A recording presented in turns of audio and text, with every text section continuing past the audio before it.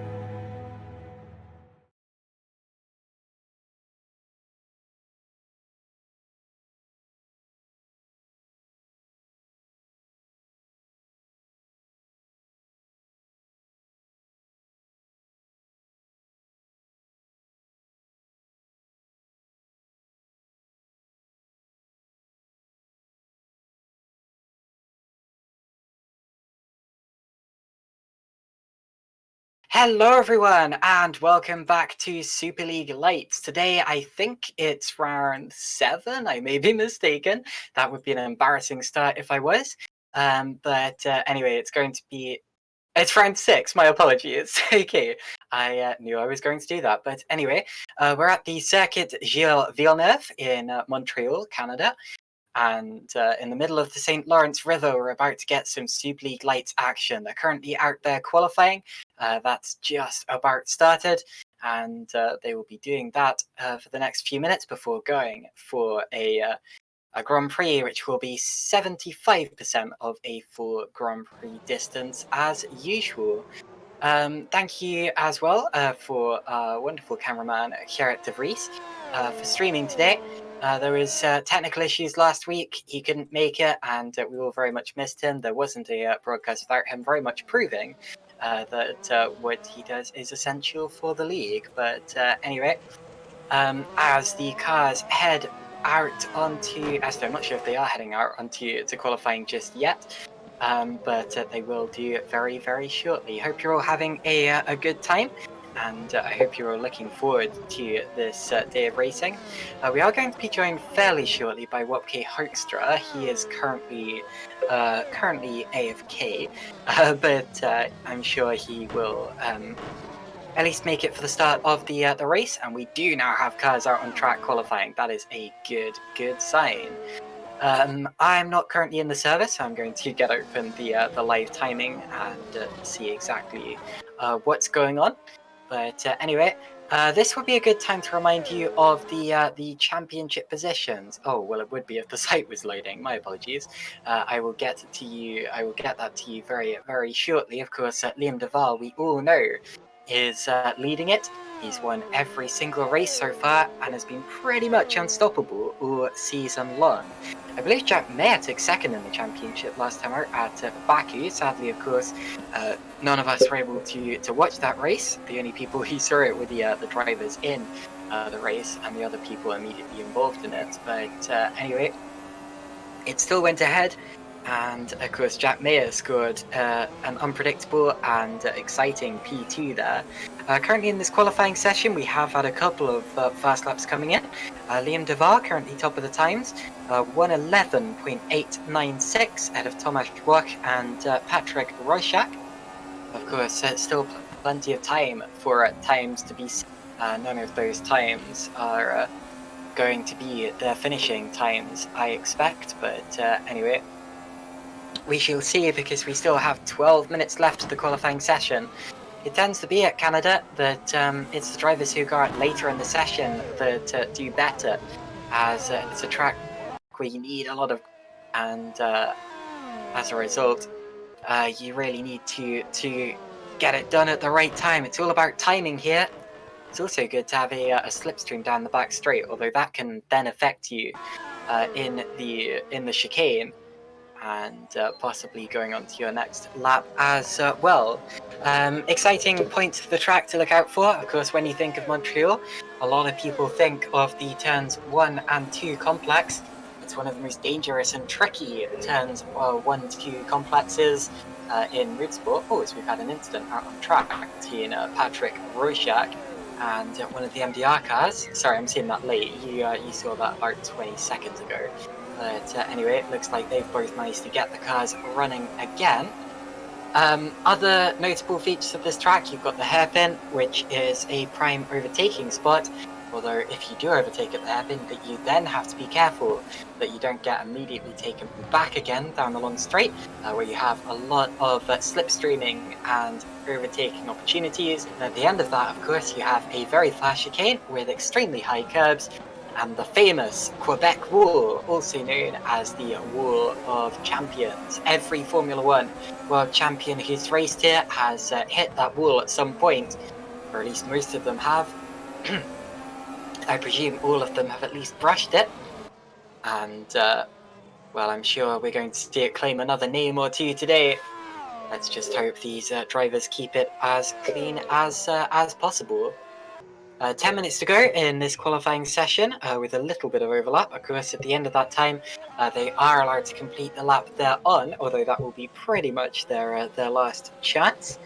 Currently on a lap, let's watch Jack Mayer. Of course, he was P2 last time out, surprised everyone. I'm not saying that he's usually much slower than that. He's a competitive driver, but yeah, definitely. I think surprised himself with a P2. Did a really good job, and his first sector time on that last time around was pretty good. Second sector not far off his best, and as he comes through the third sector, he will be going for what he hopes will be a faster lap. Other drivers currently on laps, Liam Duval is improving, I think, as is Terence Grech, and a few others as well. Still 3 drivers yet to set laps. Tom Parker, Pedro Mora, and Pascal Schmidt. But those drivers still have plenty of time to go. Sandeep Singh's just moved himself up to 7th position. Jack Mayer, I think, did not improve on that last lap. He was down by a couple of tenths, so it was looking quick. The second and third sectors weren't particularly quick. Let's watch Liam Duval, as he has set pretty good first and second sectors. He's in the third sector, and our championship leader, who I must say has been absolutely running away with it so far this year, is running away with it again so far, and that's another fastest lap. That's 1:11.782, and that is extremely fast, fastest of anyone in the third sector, fastest of anyone overall. In fact, he's fastest of anyone by over a tenth of a second. So Liam Duval, once again, the driver to beat, and I'm not sure that it's going to be, well, it will be tough to beat him today. Anyway, I think we have a Wopke Hoekstra. We do indeed. So welcome in to my co-commentator and analyst Wopke Hoekstra. Good evening. I heard you were doing a good job so far. So yeah, I would almost think I'm not necessary. No, just kidding. It's looking all good. And as you said, you said about Jack Mayer. I think the main thing that surprised many people is that he finished that close to Liam Duval in the last round as well. The gap wasn't that big, if I remember correctly, and that was, I think, the biggest surprise of all, that he was really that close to actually taking points away from Liam Duval, who has taken every race win so far. And as you said, he's currently leading again in the qualifying so far by over a tenth of a second. And on this track, 1/10 of a second is actually quite a big margin. It's a short lap time, only 1:12 if you do it right. So very short. As a result, I'm expecting traffic might well come into play today. May have a bit of a traffic problem in the race. We'll see how that turns out. But also it means they get more laps in qualifying and more laps in the race as well. So Liam Duval currently at the top, followed by Alessandro Fantinati at the halfway point in the session. Dino Paolini is third place, followed by Sven de Vries and then Michael Francesconi, and that's how they line up so far. But Leon Buckner improving on his time, and this looks like it has top 3 potential. Okay. Yeah, that could well be the case. I think he was driving yesterday as well in Super Cup, and I think he won a race there as well, if I'm correct. So he certainly is on the pace here, and he does go P3 indeed. So good lap time by Leon Buck. So Being, of course, the brother of Yannick Buck, Super League driver. If I got that right, I hope I didn't just insult them. But anyway, third position there. And pretty good lap there for Leon Buck. He's driving for Scuderia Clay Geely today. That wonderfully liveried car. And yeah, pretty good lap from him. He's managed to split Alessandro Fantinati. And and now he's been jumped by Dino Paolini. So Paolini now goes up into third position in the CM Tech car. Wopke, so you've driven Super League Lights before, you have driven this circuit before. What do you think these drivers will have to do to put the two together and be successful? I haven't driven Super League Lights before, but I have driven Super League, so I think it's pretty similar actually. And Same chassis, yeah. yeah. So Smarty pants. yeah, on this track, it's really important to maximize every corner, and especially you want to take good exits out of every chicane, because basically each corner, especially in the middle sector, is based on two corners after each other, and the entry of the first one really can limit your entry to the second one as well, and the exit speed you're taking with you. So basically, the main factor here is to take as much exit speed as possible without compromising the entry speed too much. Another fastest lap there for Liam Duval, 1:11.768, and he's now being joined on the front row of the grid by Tomasz Wach. So Tomasz Wach jumping up as well in the CM Tech car. Sorry for interrupting you, Wopke, but you'll be pleased to know that the CM Tech cars are 2 and 4 at the minute, both of them in the front two rows of the grid. Yes, and we've seen Thomas Wach in the last round as well, made a great improvement. He hadn't scored any points so far, and last round he managed to get, well, 14th, but that was not really where he was at. He was actually driving in 5th place until computer issues ruled him out of the race just 2 laps before the end. So he has certainly improved over the last couple of weeks, and that's great to see. And he's proving it again now in P2 so far. So we'll see how that goes in the race for him. Track's currently getting a lot faster. Sorry, Wopke. Alessandro Fantinati set an incredibly quick first sector. It was fastest of anyone. His second sector hasn't been quite so quick, but now he's been beaten by Francesconi. So Francesconi could be on for a pole challenging time here. And guess who just set the third fastest sector on an outlap? Jacob Reed. So we'll have to keep an eye on Reed. He's been slow in the first sector, which has been keeping him back. But his third sector time's the fastest of anyone. So I wonder if his setup is very straight line speed oriented. He's currently 20th in this session. Francesconi's second sector, little bit disappointing, but still fairly quick. And in the third sector, I'm expecting him to really try to hook it together. Probable top 3 for Francesconi here, crosses the line. Oh no, he's gone into the pits. So that was an in-lap there, but he does still have another opportunity to go out there and set another fastest lap. We still have just under 3 minutes remaining in this session. Douwe Tapper has gone to third position, so he's improved, and he's now on the second row of the grid, so that's a good thing for him as well. And as you see, as you said, everyone's still improving, and we still have 2.5 minutes to go. So it's going to be an exciting end to the qualifying session, and I think even Liam Duval will be on his toes now, trying to beat his own lap time. Indeed. So 2 minutes remaining in this session now. Improvement coming in from Tapper again, I think. I think he's still pushing. Not sure if he's heading back to the pits and just pushing because he wants another chance, but we'll see. Paolini also pretty quick in the first sector, 19.926. That's a pretty good first sector there, so we'll see what it comes to that. Everyone's now set lap time, so that means we have seen the pace of every single driver, all 30 of them, full house here today. That's always good to see. Paolini's second sector wasn't quite on it. He was about 1/10 of a second down from what he could have done and what other drivers have been doing in that sector. But in the third sector, this is one that really matters. You've got that long straight, and if your car's not set up for straight line speed, you could end up losing out, especially in the race. and that was not quite an improvement there for Dino Paolini, so he stays 5th for now. But if he still has fuel and tyres on the car, he could improve further, as Sven de Vries now goes fastest in the first sector. So you are absolutely right in saying that, especially what you said about the top speed and the straight line speed of the cars. I think on this track it's really important to minimize the amount of wings you're using, just to make sure that you have the extra straight line speed in the race, and that because I think as you can see, the top 9 is within 0.3 of a second, so everyone's really close to each other. And if you're gonna have the slipstream train, you want to be making sure that you have enough top straight line speed to make sure that you stay ahead of your competitors, and maybe you are even able to overtake someone.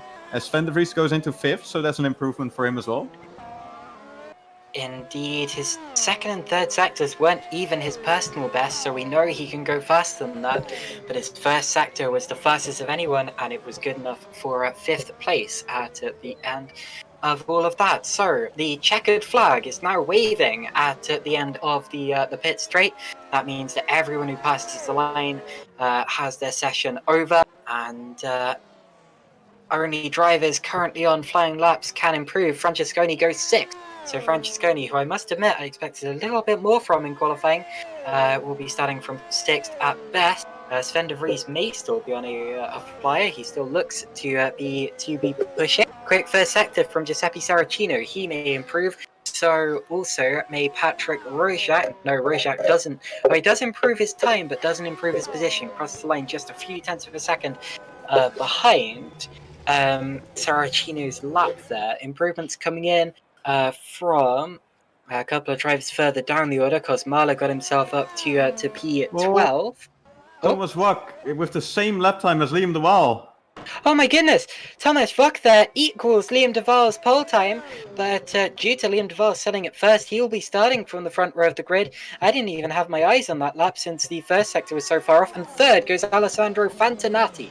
So that is a great lap from the Max 1 car, and that, oh my goodness, that's only 0.02 of a second off the leaders as well. We almost had a Jerez 97 situation between the top 3 there, all of them separated by less than half a tenth of a second, and that is a pretty incredibly close qualifying here. We may have a race in our hands, Wopke. Yeah, most definitely. Look how close it is, and especially look at this, the top 30. So every single driver is within a second of each other. So even the people in P30, for example, they still have a chance of scoring points here because everyone is so closely matched to each other. So it's anyone's game. It really is. It really is, yeah. It's really going to be amazing. We're in for a treat, I think. In terms of the championship, of course, you have to remember that it's Liam de Waal leading by a long, long way. 69 points. That's a very nice margin that de Waal has over Francesconi behind. Although Francesconi, he has been pretty quick as well. He's finished on the podium at every race that he's finished, although also retired at Australia and Azerbaijan. Dino Paolini, third in the championship for CM Tech, despite only having 1 podium so far. And he's followed by Jack Mayer, Sandeep Singh. Singh, of course, the top driver yet to score a podium, and I'm expecting him to really push. I wouldn't be surprised if he gets close to or even scores a podium today. Pedro Moore is P6, Colin Spork is P7, Jeffrey Fournier P8 in the championship, although he is not here today, and we don't know if he's going to be doing any more races this season. Jason Muscat P9 in the championship, and Lewis Bickers P10.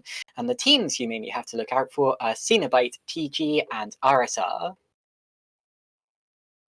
Yes, definitely true. And what you just said about Paolini as well, he's like 3rd place in the standings, you said? Yeah. And he only had 1 podium, and that just shows how dominant Liam de Waal is. Like, everyone is really close to each other, but then you have Liam de Waal who just wins every single race. And even if the margins aren't that great, he still has the edge over every other competitor.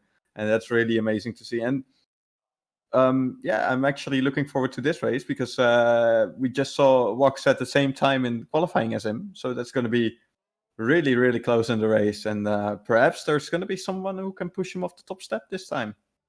To be honest, that kind of reminds me of Paolini's time in Super Cup back in 2017, where he did a really, really good job, but ended up only scoring one win, despite being classified second in the championship, and that's simply because Alex Siebel was so dominant that year. And Siebel, of course, went on to become Super League champion. But anyway, also in terms of teams, TG Racing theoretically have the best car in terms of upgrades. They put the most upgrade points in, and their main focuses have been diffuser downforce, weight reduction, and also the pit tire change as well. I think they've invested just as much into pit tire change as any other team. In fact, yeah, they are the joint most upgraded pit crew, along with Royal Blues one. So TG Racing could very well be the dark horses here today, with Michael Francesconi, who we know is a fast driver at all times, as well as who's the other TG driver? I'm trying to find him on Isn't the. it Jason Muska? Yeah, it No, is. he would be. Oh yeah. My apologies. Yeah. It is Jason Muscat, of course. Muscat Super League. Super League winner in the past, and also a Super Cup champion. So no ill peddler. Yeah, definitely. But he's only 24th on the grid so far, and I mean, as we just said, the results were really that close that you can't rule him out for a good point scoring position yet, because I think in the race everything's going to be different. But yeah, I'm actually surprised he's that far down the order.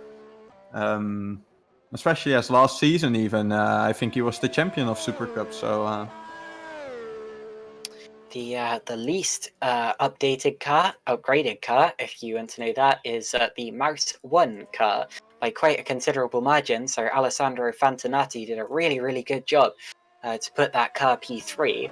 They're the only team to have developed the rear wing downforce. However, they have not developed a lot of the other things that other teams have. They haven't put anything into pit tire change, and also they put far less into things such as diffuser downforce and weight mass, and as a result have been quite a long way behind in this championship all the way through, sadly.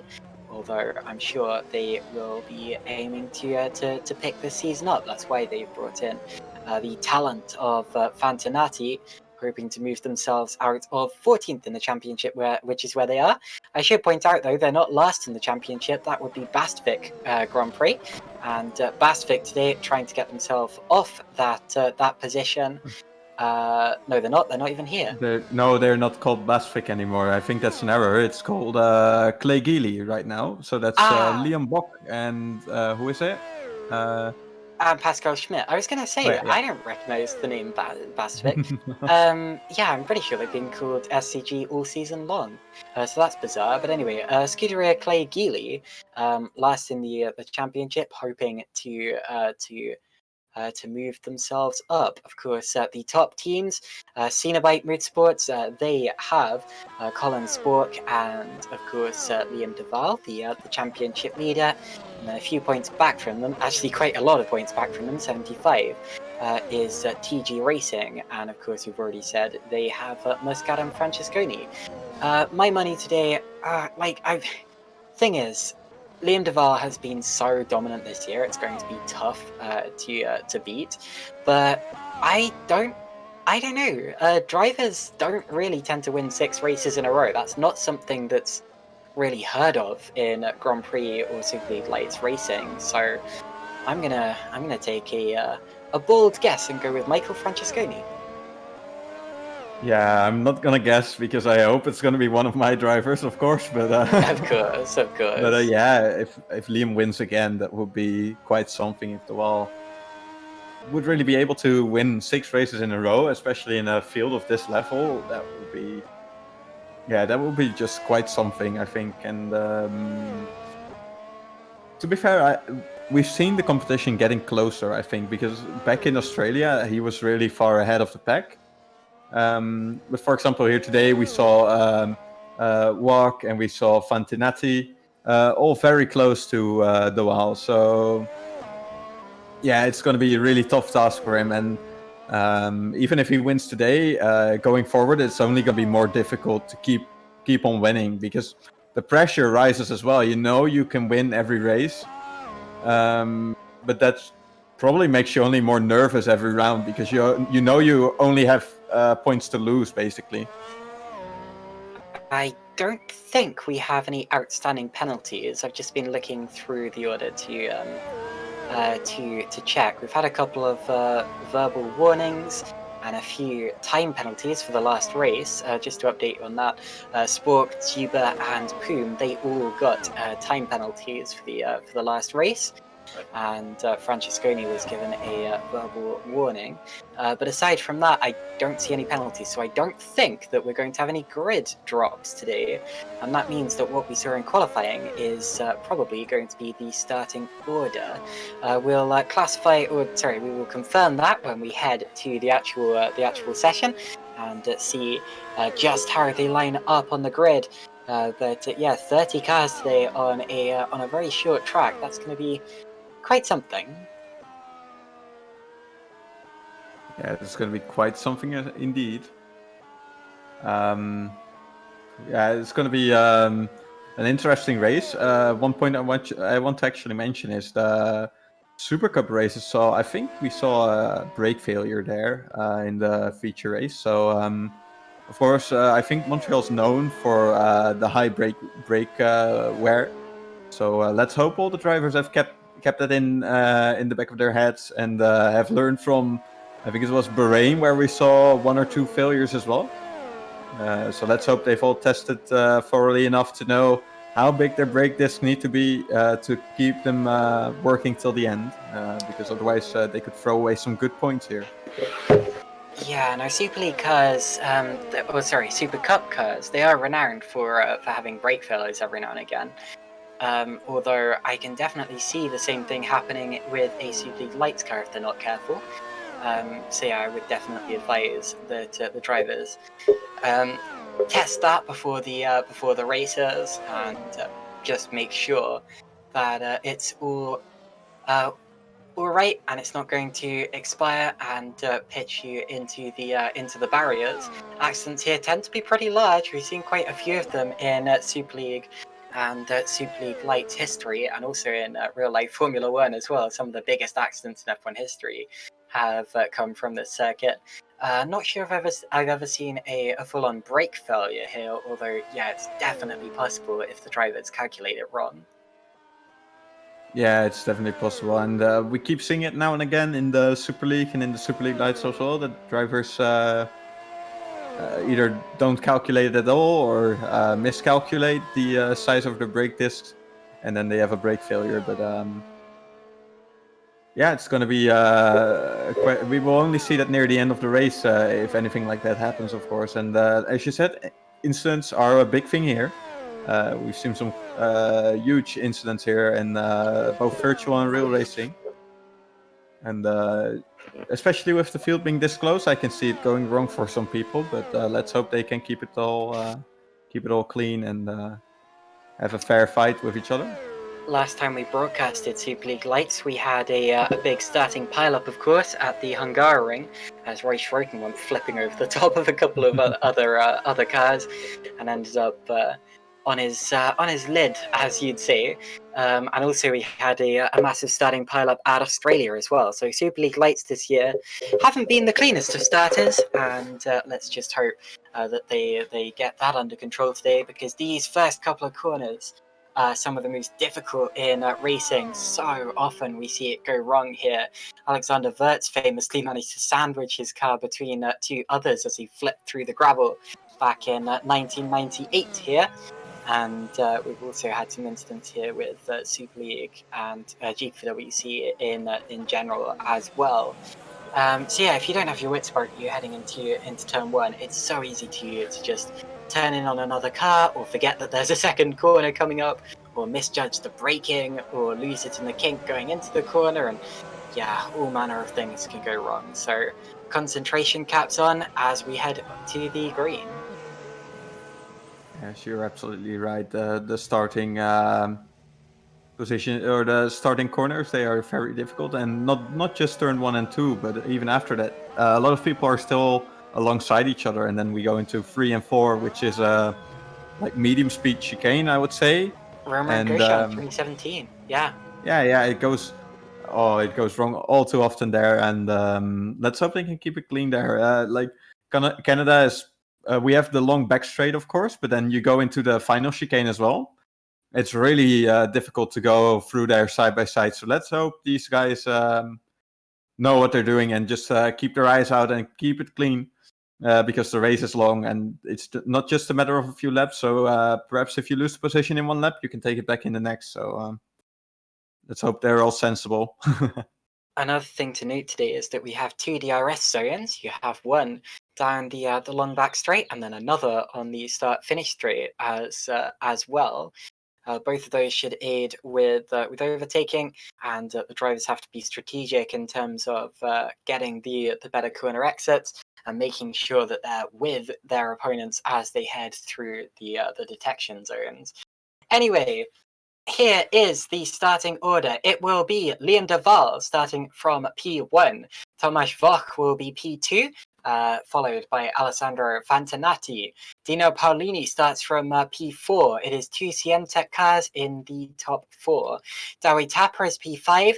Michael Francesconi, my prediction for the victory. It's going to be tough from there, but yeah, he's starting P6.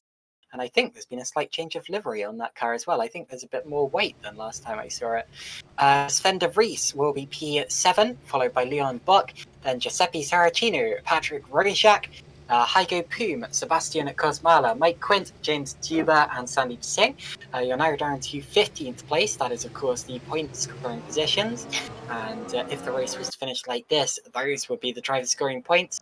And the drivers who are trying to fight to get into the point scoring positions, Colin Spork, the leader's teammate, and Terence Grech, Jack Mayer, Jack Mayer only starting from 18th. He's got a lot of ground to make up if he wants to keep his championship fight alive. My apologies. Tom Parker is P19, followed by Christian Malcharak, then Ivan Leonov, Frank Hamming, Roy Schroten, Jason Muscat, Jacob Reed, Pedro Mora, Jakobeka Lalu, Ryan Elliott, George Sutton, and Pascal Schmidt rounding out the field. Yeah, it's a 30-car field and everyone's really closely matched. As you said, Jack Mayer, for example, only 18th. Colin Sporks, 16th, also not very good. And Jason Muscat, 24th. Those are some big names that are really far down the order. And one thing you mentioned was there are 2 DRS zones, but there's actually 3 as we are now also have the extra DRS zone in Sector 2 between the 2 chicanes of turn, 6 and 7 and 8 and 9, I think. You're right, it's even more opportunities. Well done, Wopke. My apologies. Anyway, we're heading now down the back straight. Only a couple more corners to go until we start lining up on the grid.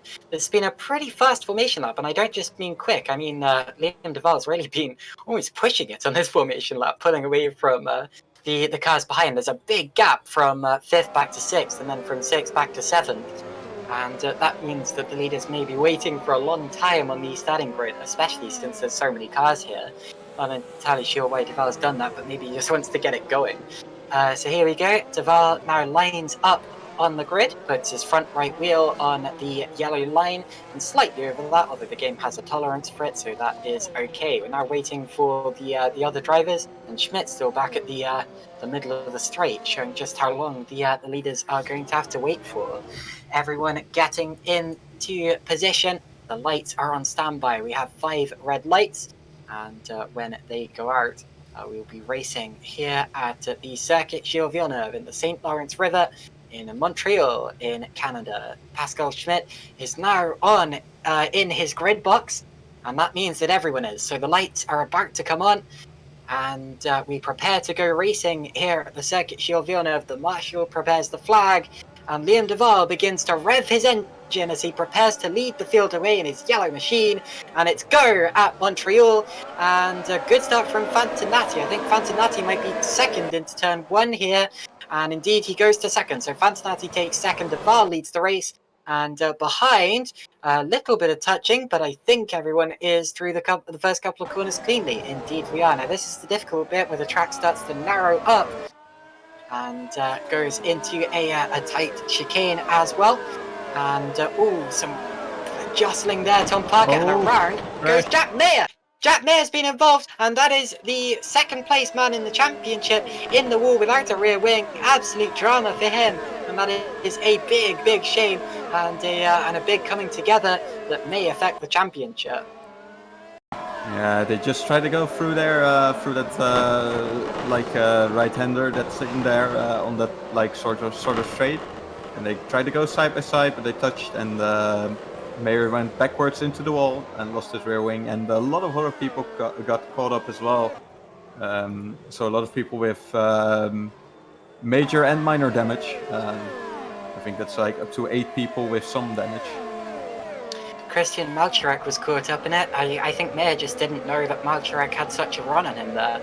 But anyway, it happened. Who was that? Ryan Elliott. So Ryan Elliott's been for a big spin. He's been hit from behind, coming into the... Oh, by even Leonov trying to come into the pits. Now, Leonov was coming in with no front wing and just misjudged it and slammed into the back of Ryan Elliott. So into the pits comes Leonov, Elliott, Mora, and Mayer at the end of the opening lap. All of those drivers a long way down the order, and another driver dropping down now is Christian Malchurek. He was involved in the instance it wasn't Malchurek, my apologies. But anyway, he's still in 20th place. The leader is Liam Duval. Alessandro Fantinati is still second position. Thomas Wach following them through. Then it's Tapa and Paolini. So Paolini down to P5. And then Francesconi still in P6. That's how they stand as we head onto the straight another time. Now slipstreaming in action. Wach trying to slipstream Fantinati, possibly a little bit too far behind. But we do have a chain of cars still heading down the straight as we're in the early stages. Yeah, and one person who was even more unlucky is Jacob Reed in his first Superleague Lights outing. He lost his front wing, but his teammate, Ivan Leonov, also lost his front wing. So he had to wait for Leonov to finish his pit stop before he could finally get his front wing fixed. So he's in last position now, right behind Ryan Elliott, who is also in 29th. So yeah, 6 people with a pit stop already, and yeah, that's actually quite a lot of people who have lost ground there. You had Liam Duval pulling away now, almost a 2-second gap, so he's out of the DRS, and that's going to be key in this race, I think. If he manages to keep that gap, that's going to be a good thing. But Douwe Tapper looks pretty close to Thomas Wach, so that's going to be an interesting fight for P3, I think, when the DRS finally opens. Disappointing start for Jack Mayer, though. That is the 2017 and 18 Daytona karting champion. Of course, that is Daytona in Milton Keynes rather than Daytona in America. Now watch Douwe Tapper going at Thomas Wach, and up the inside he goes, and that's going to be easy with the slipstream, and he had the DRS open as well, and that's a change for third position.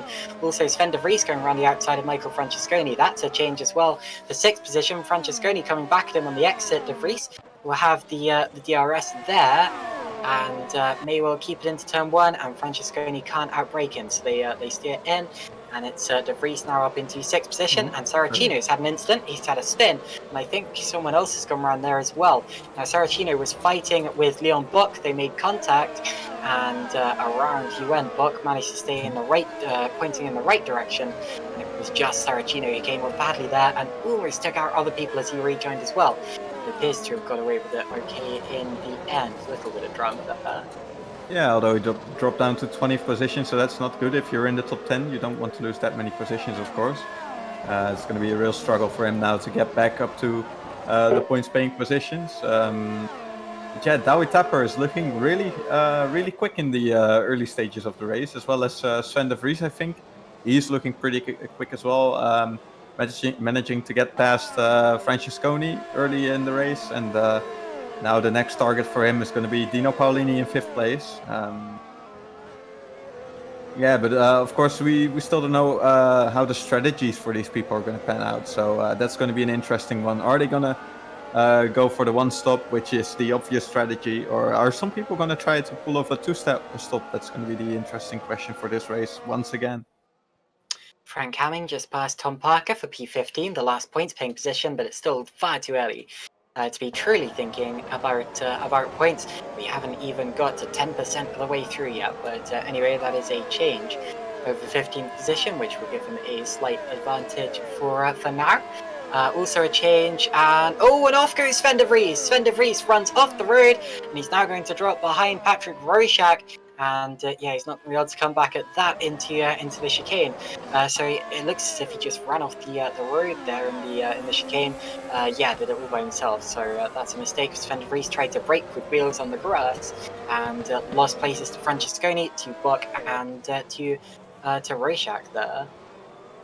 Yeah, and as you said, your current position doesn't matter too much, but still it does matter actually, in a sense that you want to be driving at your own pace, and if you're getting blocked by someone in front of you who is driving at a slower pace, you can lose a lot of seconds to people ahead of you, people that you otherwise may have passed during the race, but due to your own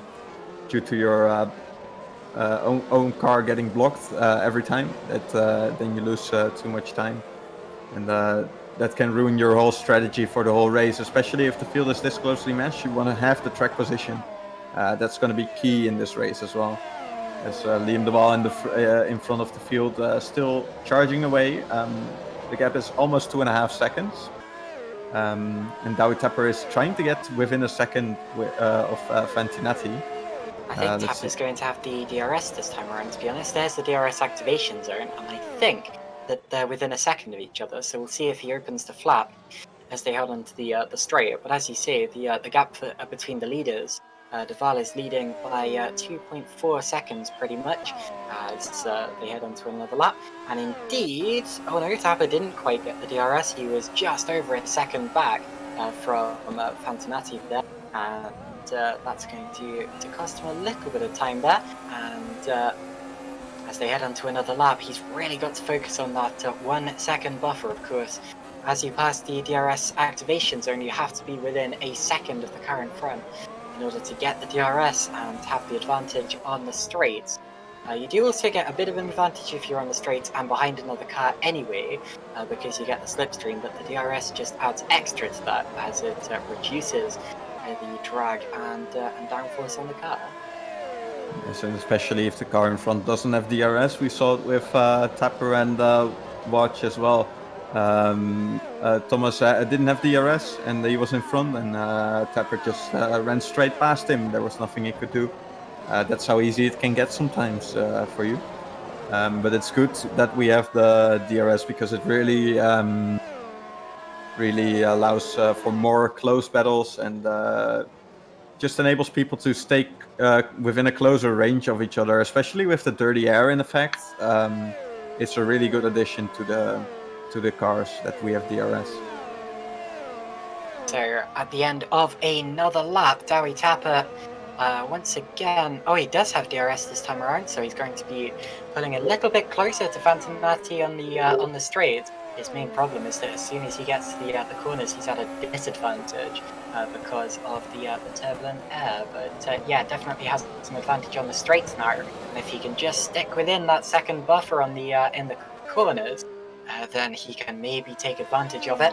Of course, he's been running about this far behind Fantinati for pretty much the entire race so far. His only real attempt at getting past was at the very start, when Fantinati was just too quick off the out of the blocks. But anyway, they're much closer here than they were a lap ago. And I think Tapper got the chicane a bit better there as well. So we'll see exactly what he can do on the straight. He is going to have DRS unless something goes very wrong at this hairpin. And that rear wing will open wide. Here we go. And he will open it as soon as they pass the line. Now. And that is a big slipstream, and Douwe Tapper goes through immediately. And Fantinati really had absolutely no way of countering that, and Tapper's going to get even more DRS here on the exit of the chicane, and away he goes. Now the ball is in the other court, and it's down to Fantinati to try to stick within a second of Tapper. So we have our first retirements. Terence Gretsch and Ryan Elliott are out of the race. Not sure what happened there. I saw some yellow flags after the chicane, so perhaps there was an incident in the final chicane. Maybe someone hit the wall of champions. Who knows? Unfortunately, I can't see the replays, but Yeah, so Elliot seems to have just retired to the pit. Of course, he had issues earlier on in the race, and I can understand why he'd feel the need to give up that. My replay is glitching a bit with Grach, although the first time I can actually see him after the glitching, he has no front wing, so I presume that he had an accident. Yeah, he lost it on his own, we're hearing. But anyway, Fantinati has managed to stick within a second of Tapper this time around. He's going to be getting DRS on the straight. Tapper had a much better exit to that hairpin though. Fantinati looked almost apologetic in getting onto the throttle. But anyway, opens the DRS. And I don't think he's going to be within a second of Tapper as they cross the start-finish line. Ooh, gets the curbs a bit heavy. I don't mean to be overly critical on Fantinati. He's an extremely quick driver. But yeah, not the cleanest lap from him, and he has now dropped to outside of a second behind Dari Tapper. Yeah, and as you said, he's riding those curbs very heavily, and it's not just this lap that he's done that. I think he's done that quite often actually during this race already. And one of the things I saw in the chat earlier during or just after qualifying was that the top speed of Fantinati was actually very low. So that could be perhaps he's using more wings than the other drivers, and that could potentially be an issue because as we saw, as I some crashing sound as well, that could be a case of just running too much wings, and we saw it with Tapper as well when he ran onto the back straight. His exit was a little bit better as well, but you could just see how much he was gaining already on Fantinati even before the DRS opened. So yeah, that's going to be a real struggle for Fantinati. Should other people get it within his DRS, that's going to be a real issue. I don't know what the crunch sounds were because everyone appears to be fine. But anyway, another lap and Fantinati. Oh no, not everyone's fine. Christian Malchirek is without a front and rear wing, so he's had an issue. Oh yeah, but that happened after I said that. That's cheating. But anyway, yeah. Malchirek has had an incident there, you're absolutely right. Oh, I tell you why, it's because the damage hadn't loaded in yet. So that was the crunch you heard, it's just on my screen it hadn't happened. And that happened at, that's the wall that really should be. We have the wall of champions, I think the wall he hit is the wall of death. That's the one just before turn 7, I think, heading out of the downhill chicane. And that's where he has not retired from the race. He's managed to make it back to the pits, but definitely lost a lot of time. Anyway, another thing I've noticed, Wopke, is that the two Siemtech cars are running within a second of each other. Do you know what the strategy is with that team? What would you be saying to them now? If I was the team boss, oh wait, I am. No. if you were, yes, if you were. Well, to be fair, I would just say, just be sensible. You know, if it really appears that the driver behind, in this case Paulini, is much quicker than the driver in front, watch this in this case. I'd say let him pass if he's much quicker, but if he's not much quicker, just let him stay behind. Let him take advantage of the DRS. Because as you can see, behind Paulini is Francesconi now, and I think as long as Paulini manages to stay well within the DRS of Thomas Wack, then he has at least less to fear, I think, from Francesconi, because as long as you have the DRS as well, and if you have the slipstream as well, the effect of Francesconi's DRS and slipstream are obviously, well, not less, but they don't make as much difference as they would otherwise. Okay, thanks for that, Wopke. Their last lap times, incidentally, were separated by a tenth of a second. That could be because Paulini's kind of stuck behind Wack, although you could also see it as, well, what would Paulini have done without the DRS? So it really depends on how he feels, and if he feels that he could go much quicker at this point in time. But anyway, they are currently running P4 and P5. But anyway, on to lap 13 of the race now. That's gone pretty quickly. And still we have cars fighting up and down the points scoring positions. Wack and Paulini, of course, are close. They've got Michael Francesconi right on their tail. which may make deciding what they're going to do with themselves and each other extra important here. Leon Buck is currently fighting with Rorschach and de Vries. And we've also got Sandeep Singh being chased down by Sebastian Kosmala. Definitely Kosmala in the DRS zone there, as Colin Spork and Frank Hamming only just behind them as well. So they are right down, racing for 11th, 12th, 13th, 14th, and 15th positions. And those are important positions to fight for, because if you finish 14th and then if you could have finished 14th but you finished 12th, that's double the points. And if you could have finished 15th and ended up finishing 14th, again, that's double the points. So very valuable, especially for those drivers who need those points in the championship. Yeah, exactly. And as you said, as we said, the championship is really close. Paulini's third in the standings with only one podium, for example, and Sandeep Singh, he's pretty high in the standings. He hasn't scored a single podium yet. That just shows how close the field is. So every single point you can score is really important to maximize your position in the standings. And the good news for these people as well, from 12th to 15th, is that behind Frank Hamming is quite a big gap to Jason Muscat in 16th place. It's about 4 seconds.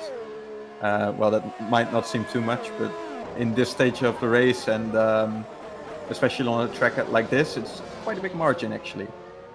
That is, of course, a close field. If you forget about the leader, easy to do. He's currently running away 3.3 seconds out in front, and 5 out of 5 wins, looking for his 6th. Of course, it's still not over yet. We have a lot of strategy to come in this race. I don't mean to say I don't mean to sound pessimistic and imply that he's just going to run away with it all year. But at the minute, it's definitely looking like that, and he's definitely doing everything that he can and everything that he needed to do. But anyway, I think the next proper fight is going to be Francesconi on the back of these CM Tech cars here, Wok and Paolini. They look very hunted at this point in time, wouldn't you say? No, yeah, I definitely agree. I was looking at it as well, and to be fair, Wok seems to be gaining just ever so little time on Fantinati, but they are losing quite a lot of time to the top two, and especially Francesconi is just looking that much quicker than these two guys. He closed up the gap. He was well over a second behind earlier in the race, and he has closed up the gap now, and he's really looking good on the back of Dino Paolini. But as I said earlier, as long as Dino Paolini has the DRS from Thomas Wak and the slipstream as well, it's going to be a huge task for Francesconi to get past him. Now, it would make sense that Fantinati could be running higher wings than the other drivers. We mentioned it earlier, and I do think it makes sense because he was very, very fast in qualifying, probably due to that cornering speed, and he was good at holding off Tapper in the corners. But as soon as he got to the straight, he was pretty much mugged. But anyway, yeah, that may actually be the case there, and if so, that's okay. He just needs to make sure that he avoids conflict at all costs, because people are going to use the slipstream and they are going to demolish him in a straight line, hopefully figuratively and not literally. But anyway, still running in 3rd position at this point in the race, doing a good job. 2 seconds ahead of the CM Tech drivers at this point in. Is this Fantinati's first outing in the series, or did he make it last time out as well? I'll have a check. It's not a name that I recognised before this. But anyway, certainly making a name for himself here. He's doing a great job, even if he did race in last round. He's a very new name to this series indeed, and it's looking great for him so far. He's in the podium position, so that's a great result for any driver, even the most experienced ones. So now Fantinati did make the last round, although he didn't finish. Of course, he's replacing Callum Rogers, I think, who was racing for that team earlier on that year, unless I'm wrong. Wasn't it Danny Robbins? That's what I'm saying. I knew it started with Raw. Close enough, close enough. Sorry, Danny Robbins, that's the one. My apologies. Yeah, no problem. Yeah. Anyway, whatever the case, Fantomati running in third position, looking for Mouse One's first podium of the year, and they would really celebrate that if they were able to achieve it. He's currently, as I said, 2 seconds out of Wopke, who he's got a tap from behind from Paolini. The CM-Tech cars are so close at this point in time. DRS well and truly open for Paolini. And here we go, Wopke actually going, oh no, he's backing off, he sees that Paolini's faster, and they swap places, and into the pits comes Francesconi, so Francesconi comes in, that's early, probably going for a two-stop. Yeah, that could very well be a two-stop, or he's going to the hard, no, he's going to the medium, so that's very likely to be a two-stop strategy actually. So if these people can make a one-stop, that could be a big advantage for them. And looking at the pace of the CM-Techs, that could well be the case, but who knows? Maybe they are struggling with the tires as well. That could also be the issue, of course. All in all, it's going to be an exciting race, and it's far from over, as we only have completed 29% or about 30% of the race so far. And as you said, Mouse won with Fantinetti. That would be a great result for that team. They have only 10 points so far in the championship. I think they're all scored by James Chuba. He's currently driving far back in 21st. I think he was also involved in one of the crashes in the early stages of the race. And, he's struggling to make his way back up now. Another team that scored their first points actually of the whole season last time out was Drake Racing. And it was with Gerrit de Vries, who scored a podium in Azerbaijan in a third place, and he's currently driving in 7th place. So they will be delighted with his services, most definitely, I think. Wow.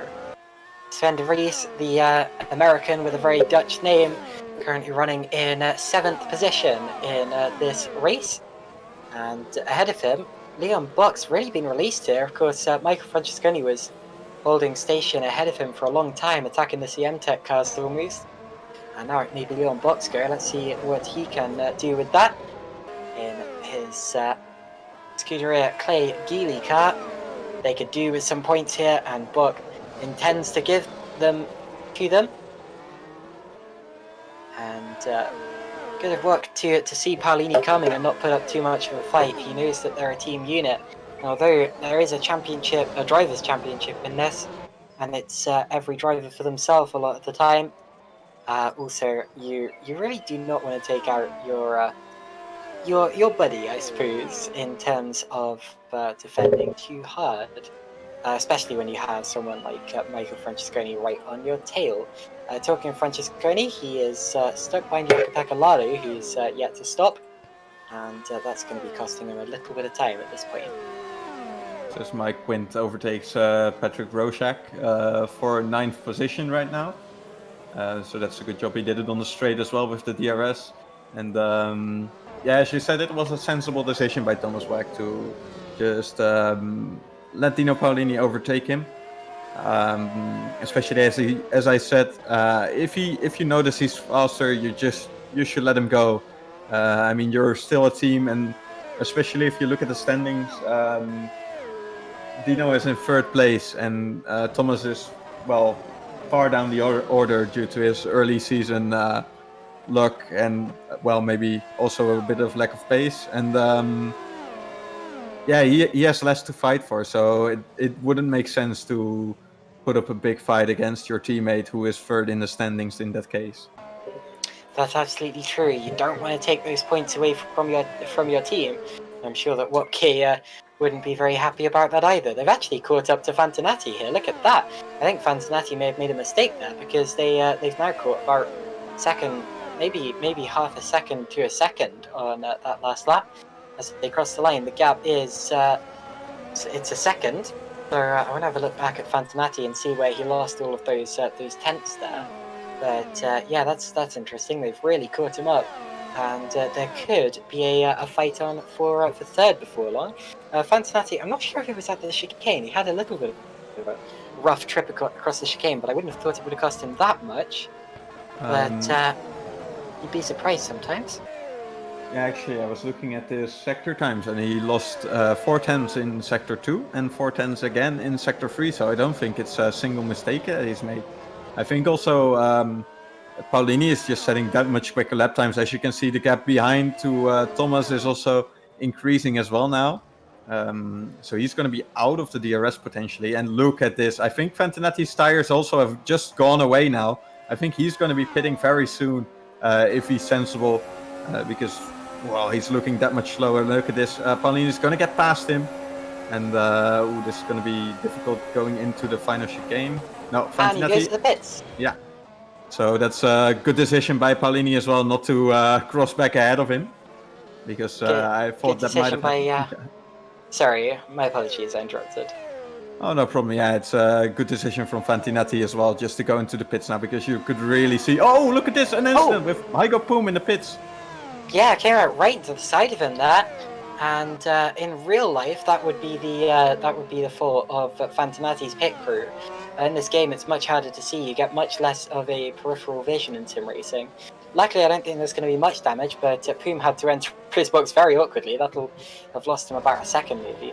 But yeah, Fantinetti there, I think, made a good decision by pitting when he did, because, it's a slight contact between Tuber and Rosiak on the exit of turn 2. They both get away with it. Because, of course, Fantinetti was going to have to really slow it down and settle in behind his rival, and you lose time through doing that.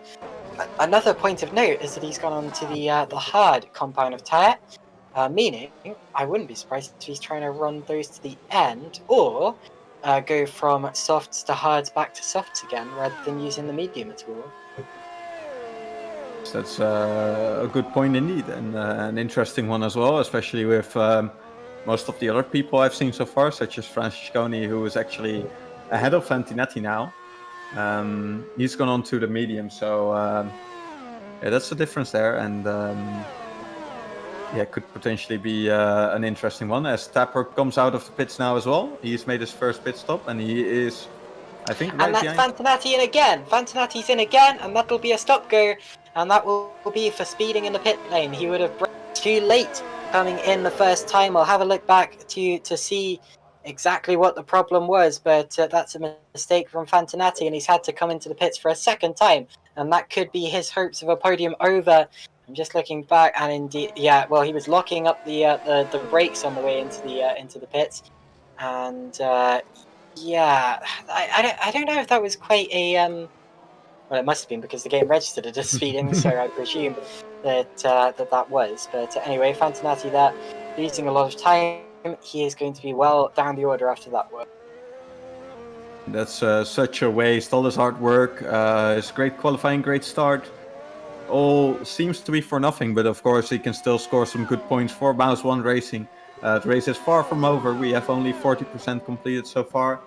So still a lot of laps to go, and we will see if he's going to be able to make it back into the points at least. That's going to be his main task for now, as Frank Hemming is now in the pits as well, from 11th, 12th position. And Sandeep Singh, Gary Tapper's just passed Sebastian Kosmala into turn 1. Made it stick. Tapper is on the hard tyre. He started on them. Making his way through the field, passing Kosmala. Tapper made his pit stop. Did he? Sorry to interrupt. Yeah, he was second place actually, and he. Oh, of course he did. My apologies. I was thinking of his teammate Muscat. My apologies.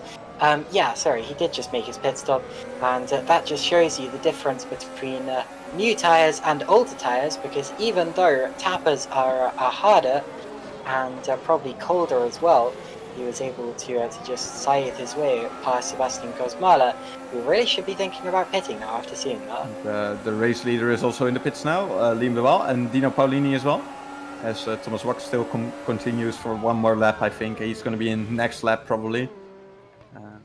Sven de Vries as well. A lot of people making their pit stops around this time, as Liam de Waal goes on to the mediums, so that's going to be an interesting one. I reckon he can go to the end from there, to be honest. He's 40% in, so that would mean doing only just over this amount of the race on the mediums, yeah, I think that's doable. It's 24 laps or so. We're at the half. Oh no, sorry, we're not at the halfway point in this this race. It's actually 34 laps, but yeah, I think that's doable if you're careful. And interestingly, Francesconi is now in front of Paulini. So that's going to be an interesting one to watch. Of course, Francesconi did his pit stop quite a bit earlier, so it's going to be an interesting one if he can manage those tires till the end, or if he has to make a pit stop again, perhaps onto the red tires again, the soft ones, that is. And yeah, we'll And see how that goes. wide goes. That's a lapped car. My apologies. Sorry, no, that was a car getting out the way. Yeah, Francesconi ahead of Paulini, and they also have that lap car that I just went crazy about, as well as Tom Parker between them. Into the pits now comes Mike Quint, and he goes on to mediums as well.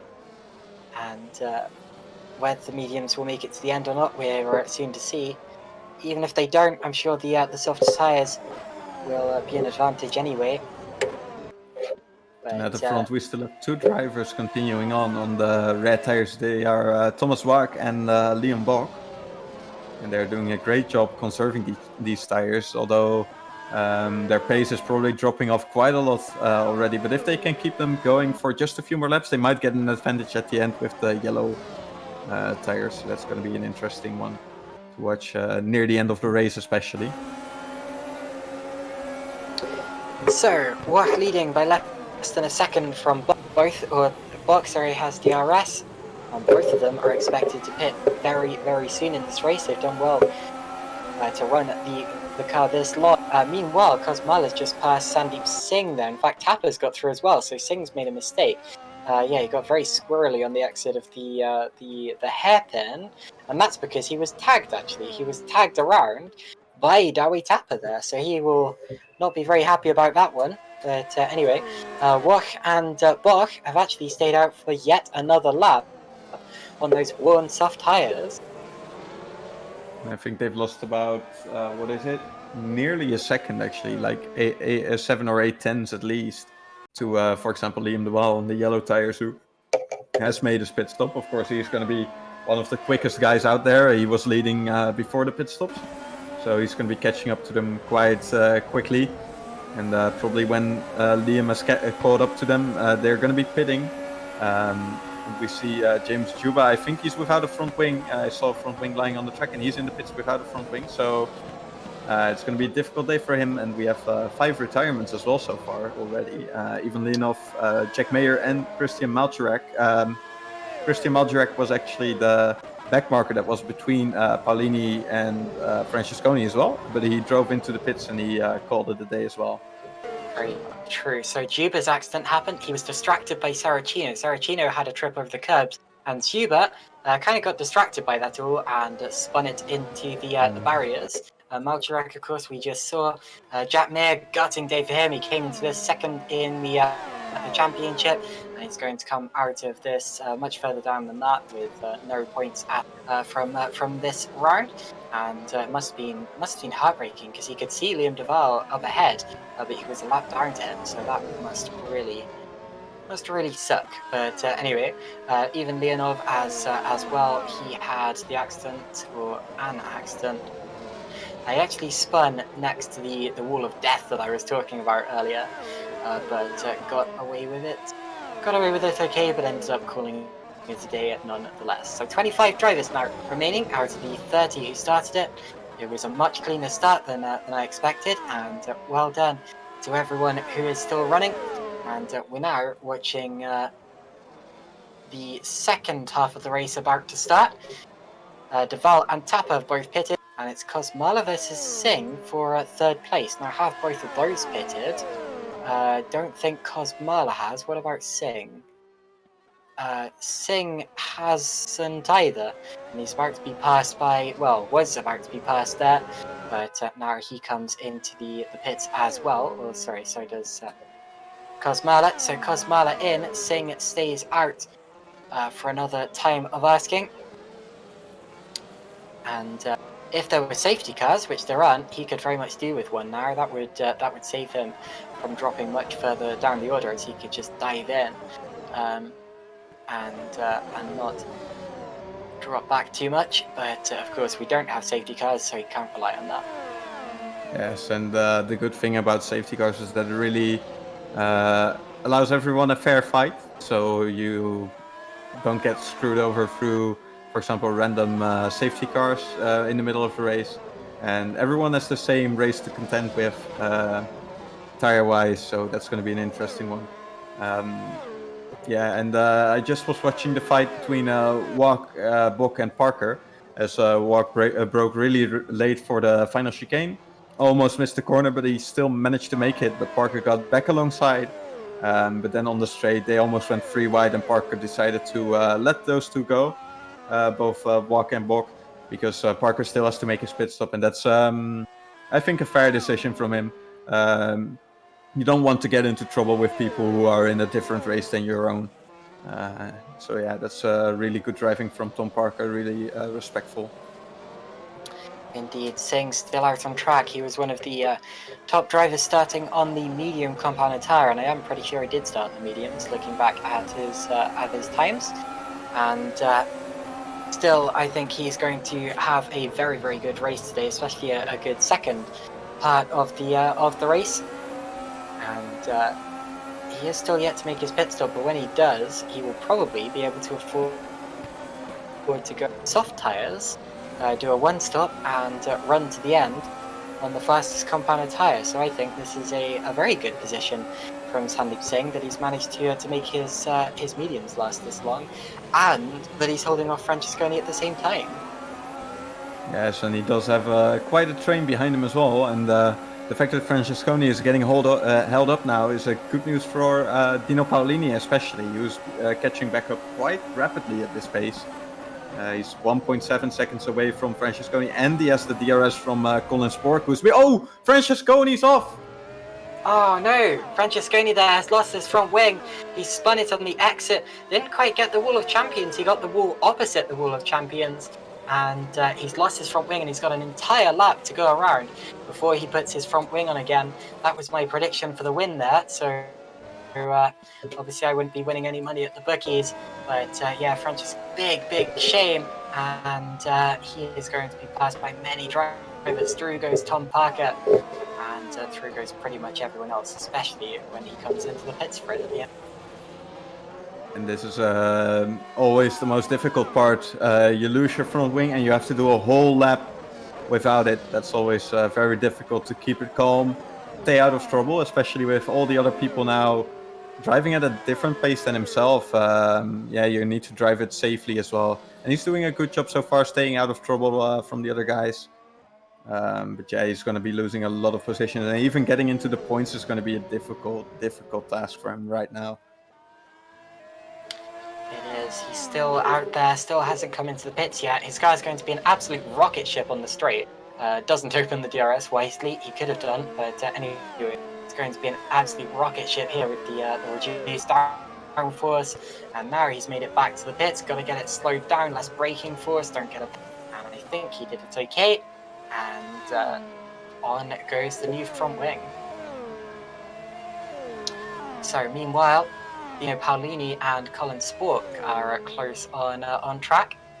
Spork recently, I think, got past someone, possibly. No, he actually got passed by Dino Paolini on the back straight. But of course, Colin Spork still needs to make his pit stop, and as well as Sandeep Singh. Yeah, but that means. Ah, right. That's yeah. Got confused. That Spork still yet to start. My apologies. Colin Spork doing a great job all season long. I was extremely impressed by him at Australia, and then again at the Hungaroring, because he took his podium, of course, at the Hungaroring.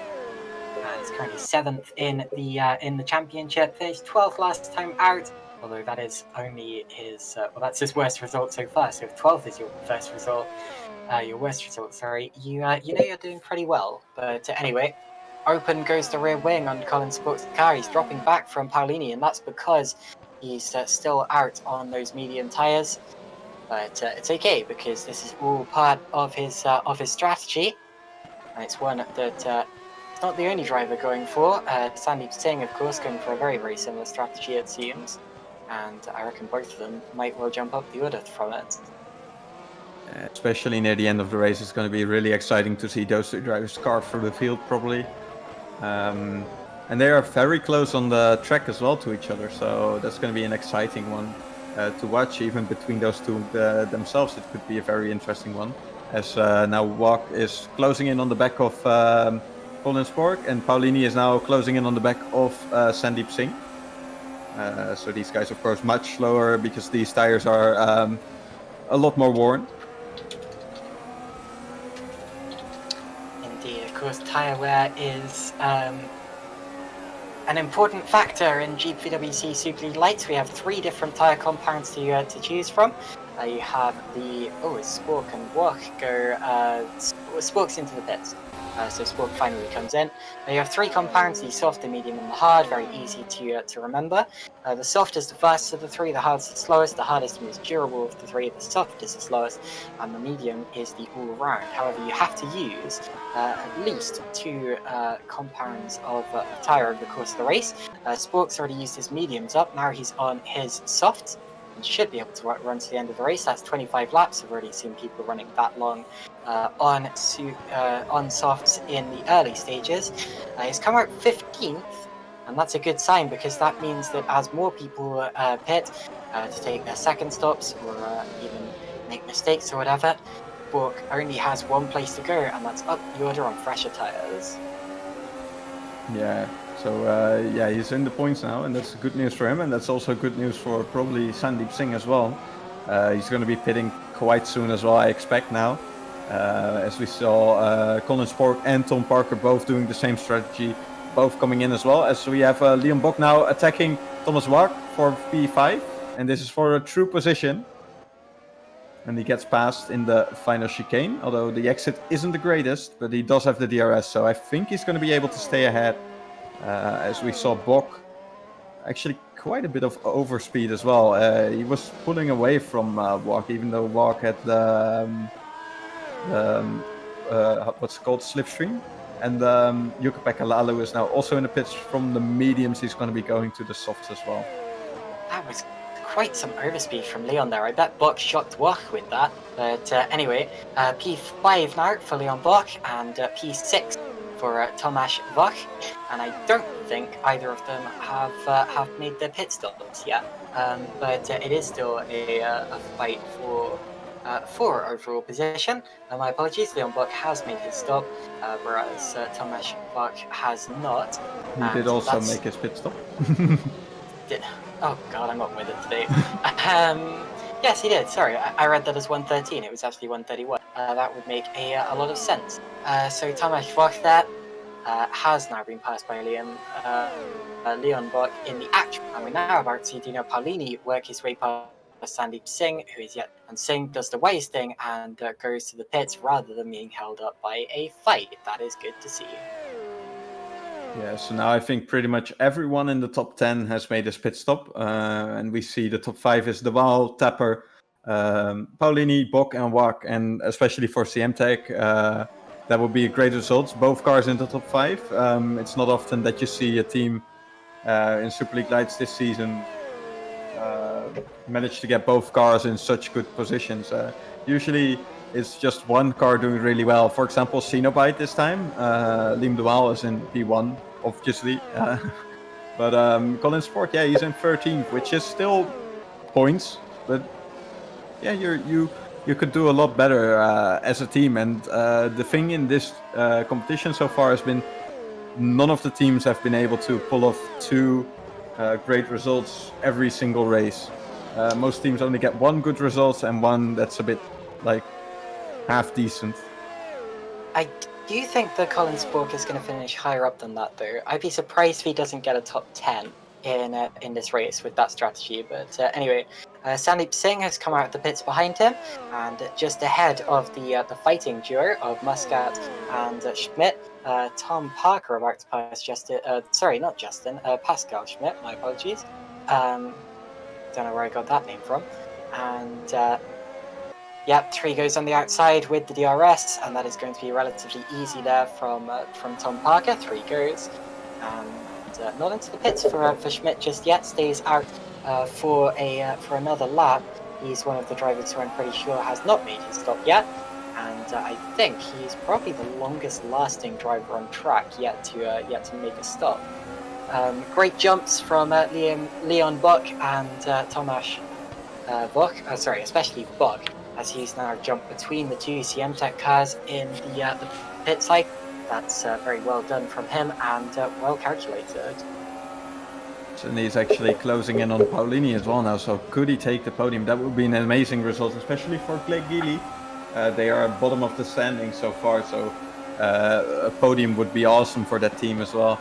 And as I said earlier, we have Drake Racing as well with Sven de Vries in 6th place. They would be really happy with that result as well. Then we have TR, and I think that is Mike Quint.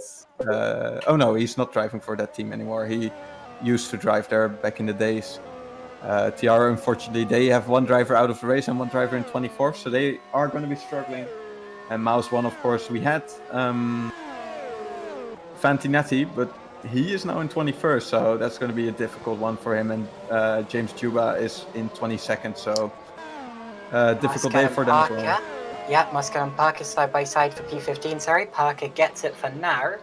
They were fighting all the way through that last sector there. I think one of them ran over the chicane. Yeah, it was Parker and actually rubbing along the wall of champions after jumping across the chicane there.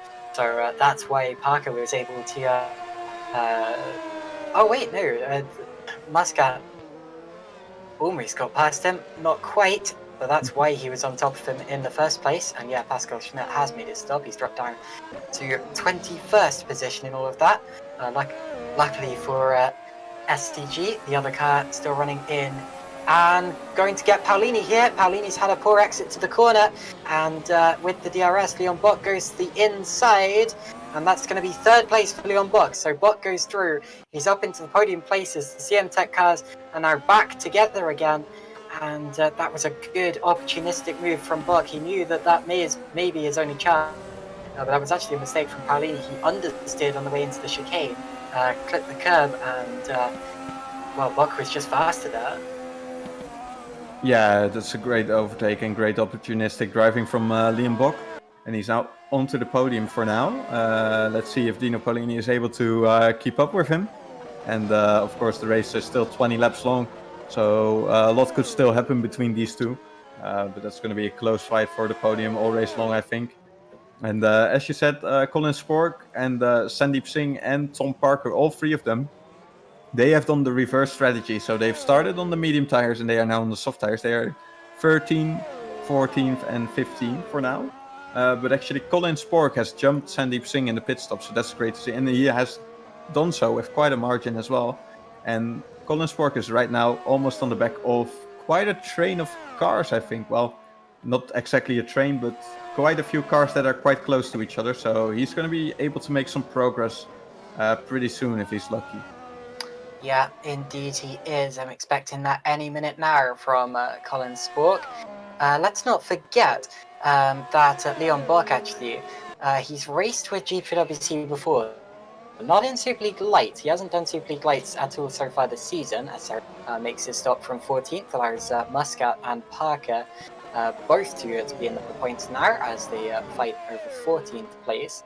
Yeah, previously, of course, Leon Buck has raced in Super League. He did the last 3 rounds of the last season for YTF1 with a top finish of 19th. Admittedly, it was a non-competitive car, but he also has won Super Cup races this year.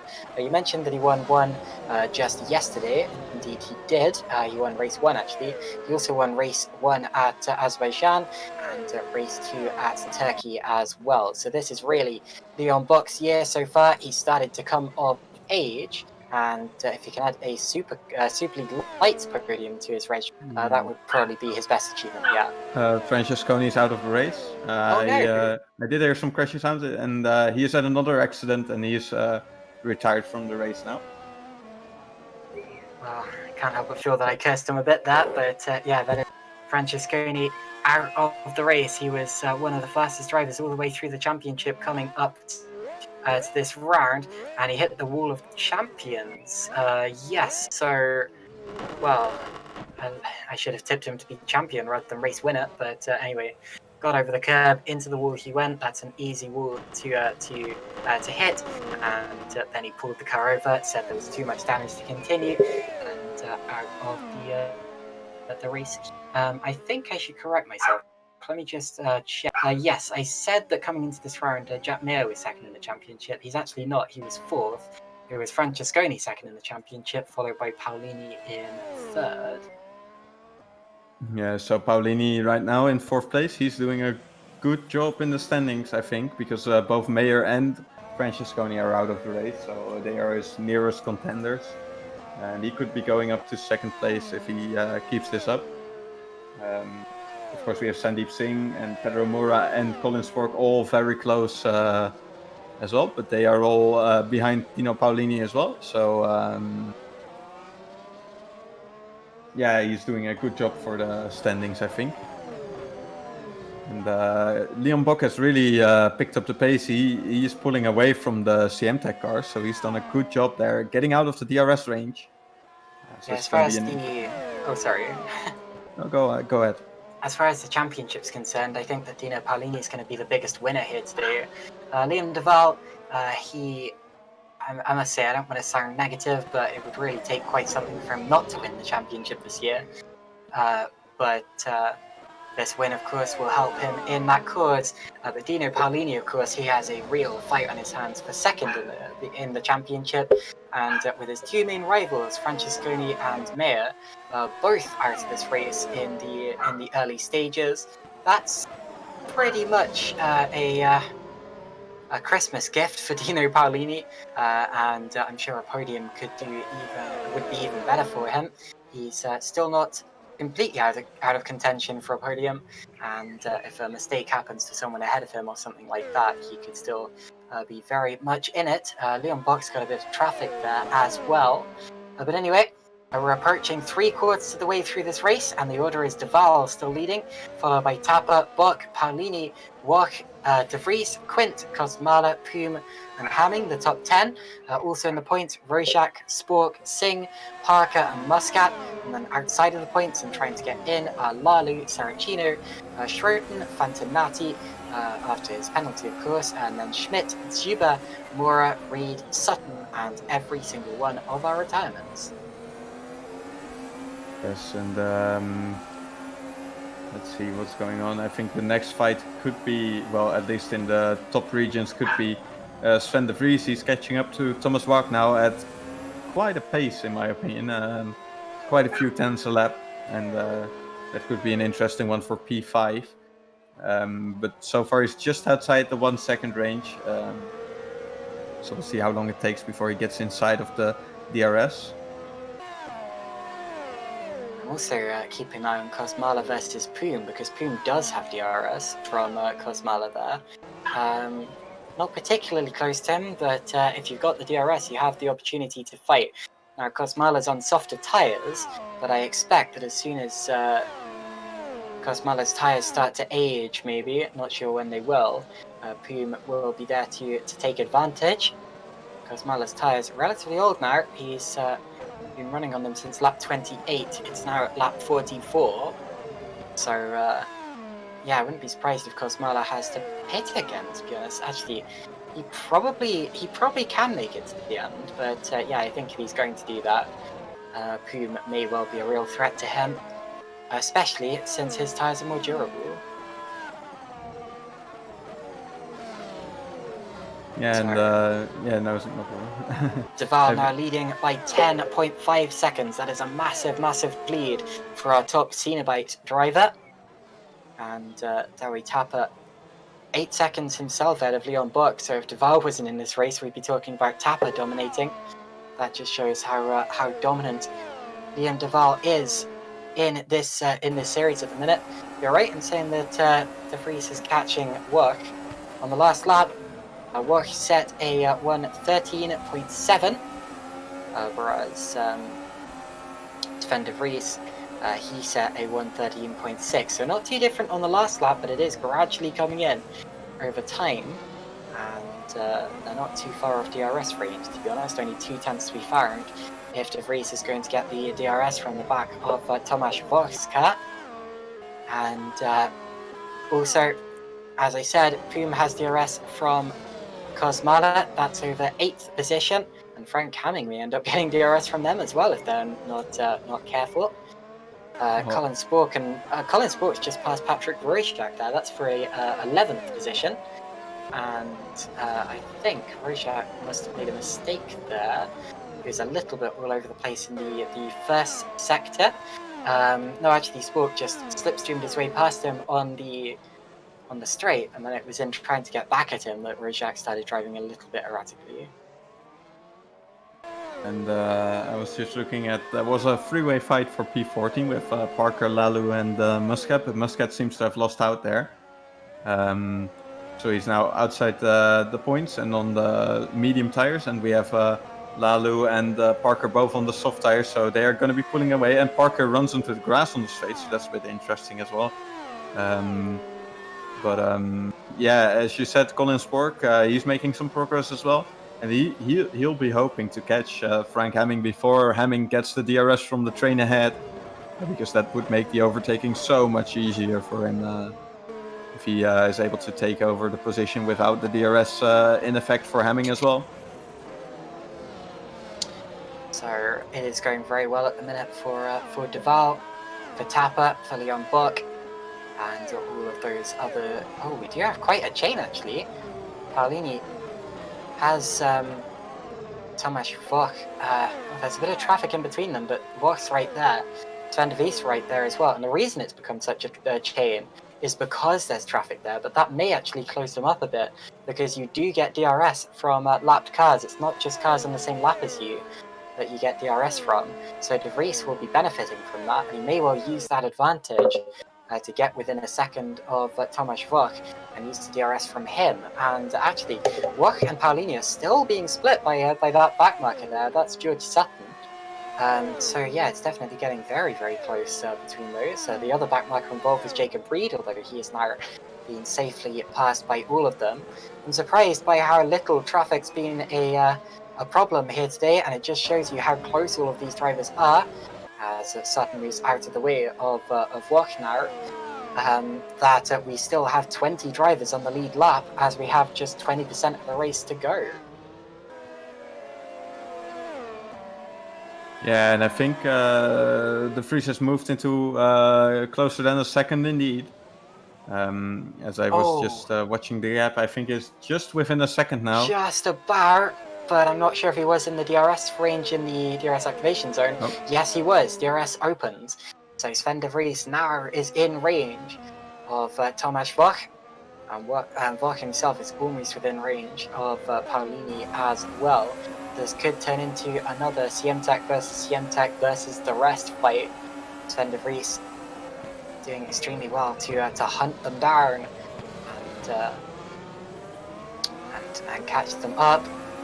And yeah, that time around, again, he was less than a second off as they crossed the start-finish line, really attacking those curbs in the chicanes. Yeah, and personally, if I was the front CM-Tech now, what I would do in case for example, in front of him, Leon Buck is only pulling away, you have nothing to gain anymore. You just drive your laps. What you could do is lift off a little bit, allow your teammate to get within the DRS, only just like within 9/10 of a second, just to help him stay ahead of the other driver. It's a risky strategy, but it could help your teammate stay ahead of the other driver, especially right now as he is under attack from Sven de Vries, who is really closing in, and this time the DRS has more effect, but not enough yet for an attack. Yeah, that is a bit of a risky strategy. Of course, you risk Sven de Vries passing both of you if you try that. and he could do it with relative ease if he gets a real double toe and if you get too close to each other. But anyway, change of position, I think. I think that was Colin Spork getting up to 10th. Now, what did I tell you? I told you he was going to finish in the top 10. So Spork has passed Frank Hamming now. And his next target is Hygo Poom, who's only just ahead of him as well, almost in DRS range already. So Spork really starting his charge. Too little too late for a top 5 finish, but definitely a top 10. And of course, the higher up he finishes, the better. And that is a car without a front wing, and that's Jacob Reed.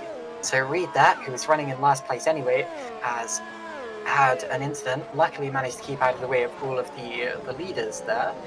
And that happened all the way down at turn 1 as he tried to brake with 2 wheels on the grass. And yeah, we've seen that time and time again. We've seen it already this race. It doesn't work, and that's why he's got no nose. How does he smell? Awful. Yeah, that's definitely the case. And as you said, we've seen it before, so that's interesting that people seem to be getting onto the cross quite easily in this track. Just with 2 wheels, that's enough to send you into the wall sometimes, and not the wall, but the wall. Okay. Yeah, someone had to do it this race as well. Every race we have to do it again. Jolly good. And yeah, he's into the pits now. He made it safely back into the pits, so that's good to hear from him as well, or good to see from him as well.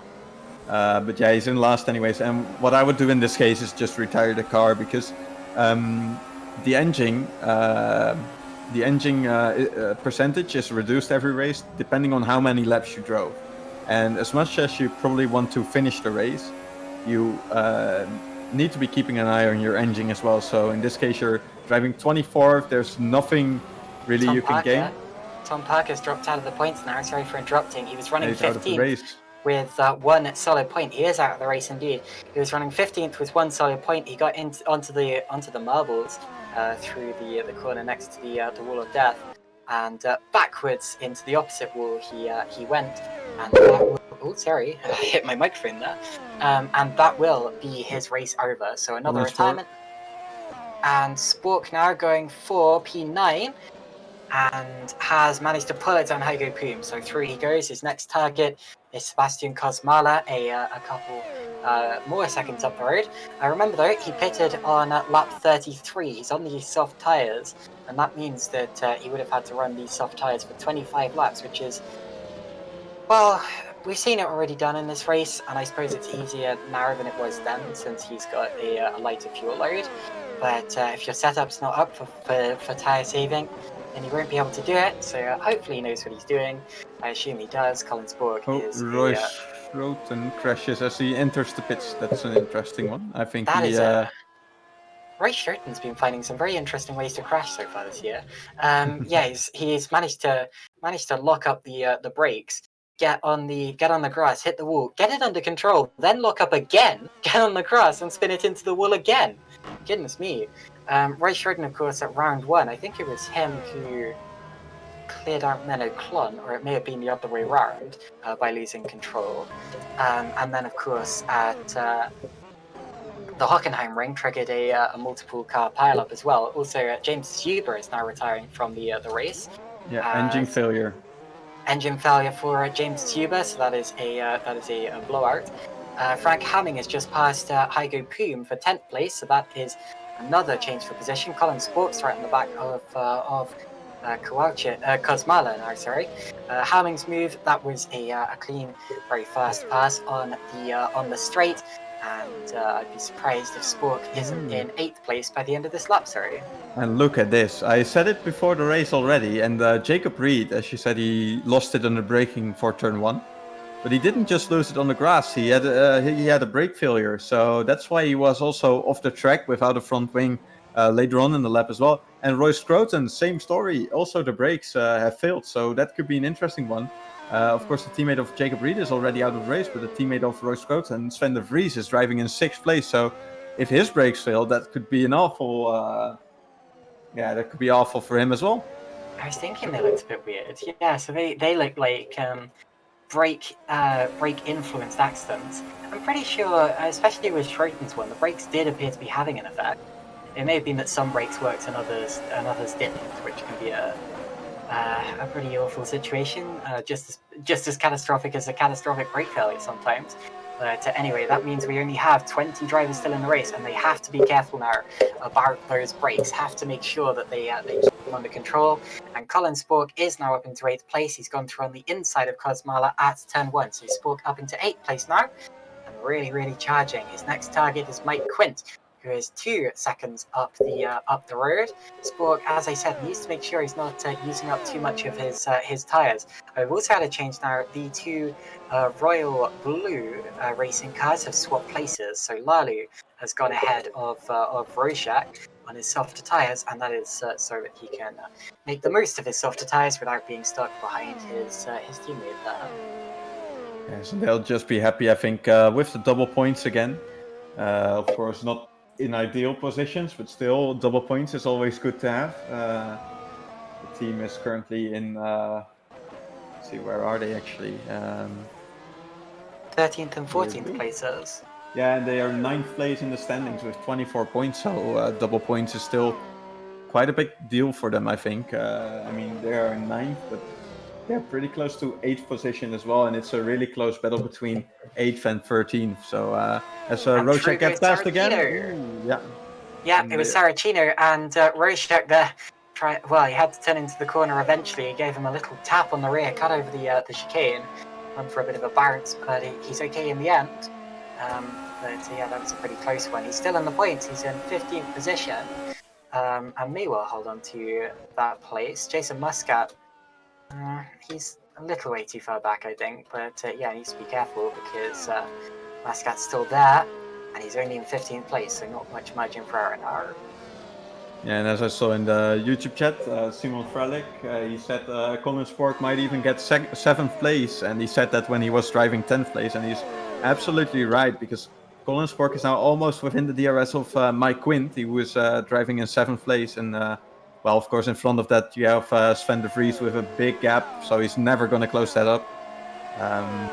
But yeah, 7th place could still be within range for Colin Spork with a few laps to go now. I was racing Colin Spork last week with the Academy Test Day.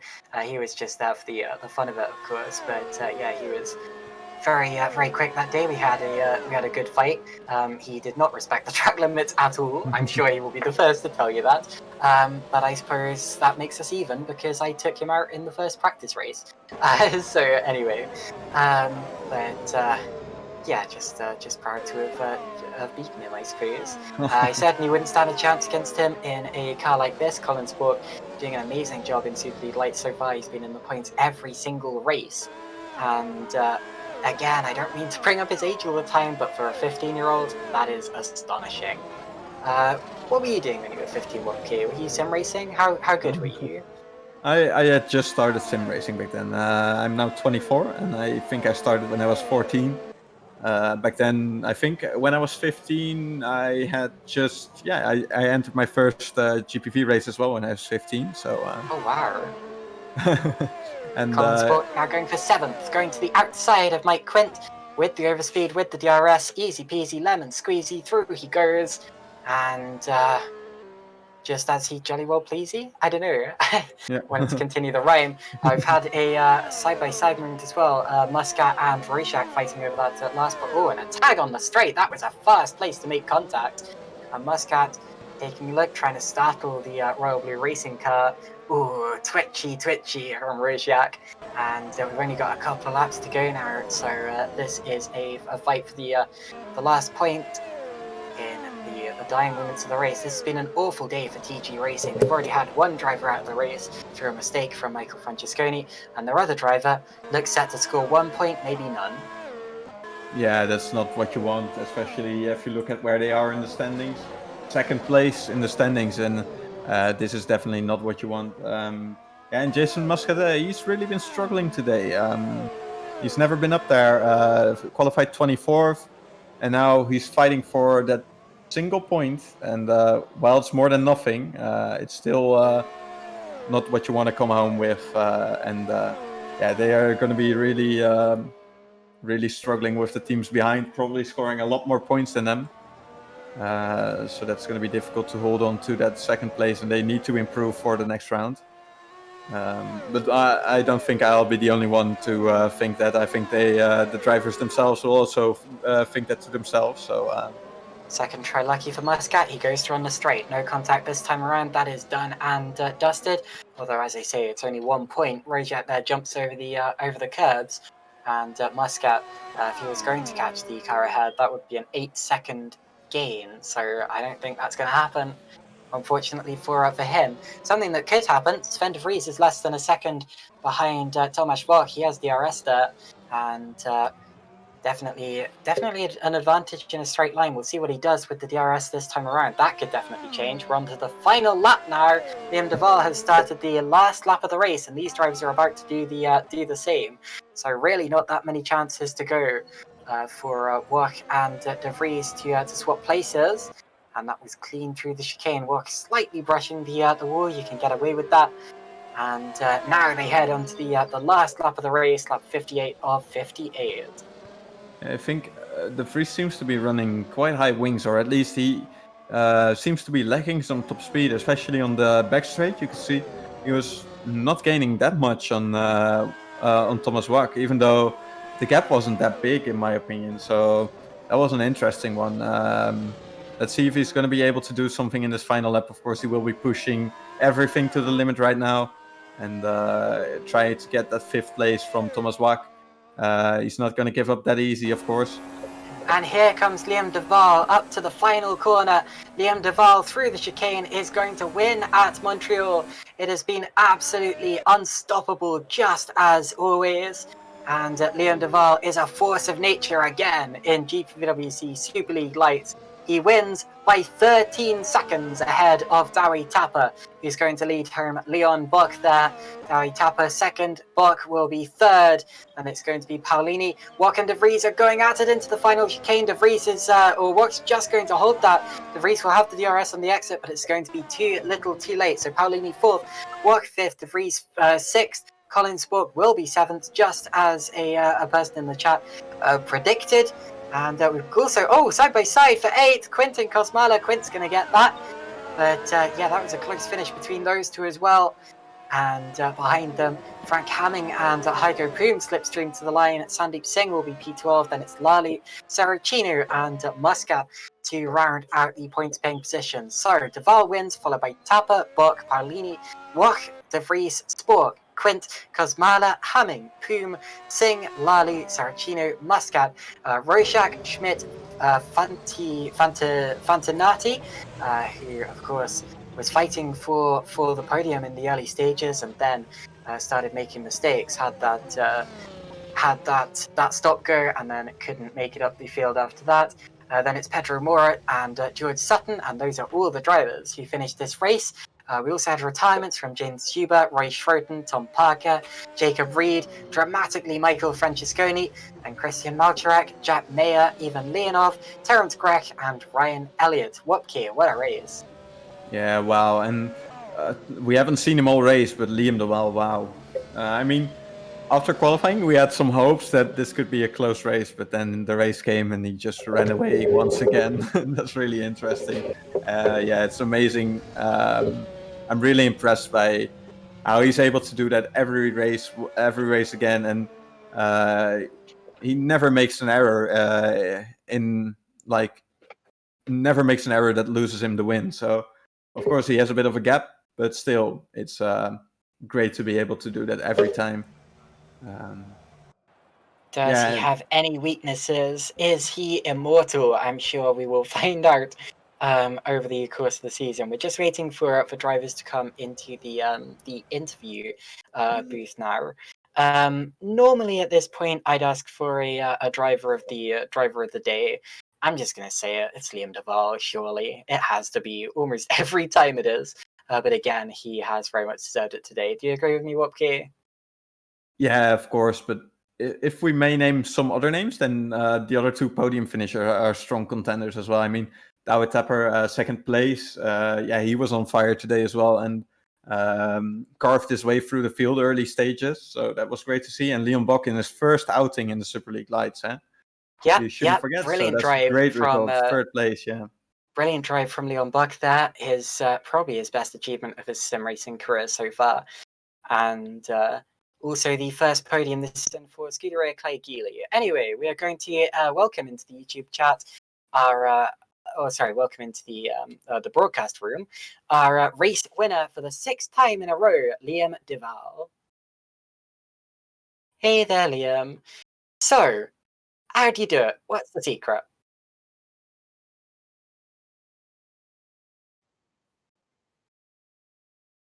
Of course, but Dowie was just really fast, and I was kind of scared, but I knew my medium stint was going to be better than the soft one.